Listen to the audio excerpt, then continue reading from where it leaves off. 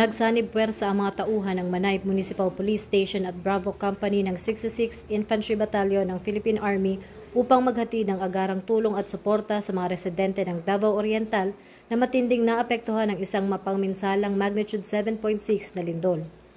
Ang operasyon ay isinagawa bilang tugon sa matinding pangangailangan ng mga biktima na nawala ng tirahan at kabuhayan. Matapos ang kalamidad na nagdulot ng malaking pinsala sa mga estruktura at kabuhayan, ang relief mission ay hindi lamang naglalayong mamahagi ng tulong, kundi magbigay rin ng pag-asa at ipakita ang presensya ng gobyerno sa panahon ng krisis. Ang matagumpay na relief mission na ito ay isang malinaw na halimbawa ng pagiging handa ng PNP at AFP na maglingkod sa taong bayan hindi lamang sa usapin ng seguridad at kapayapaan, kundi maging sa panahon ng matitinding kalamidad.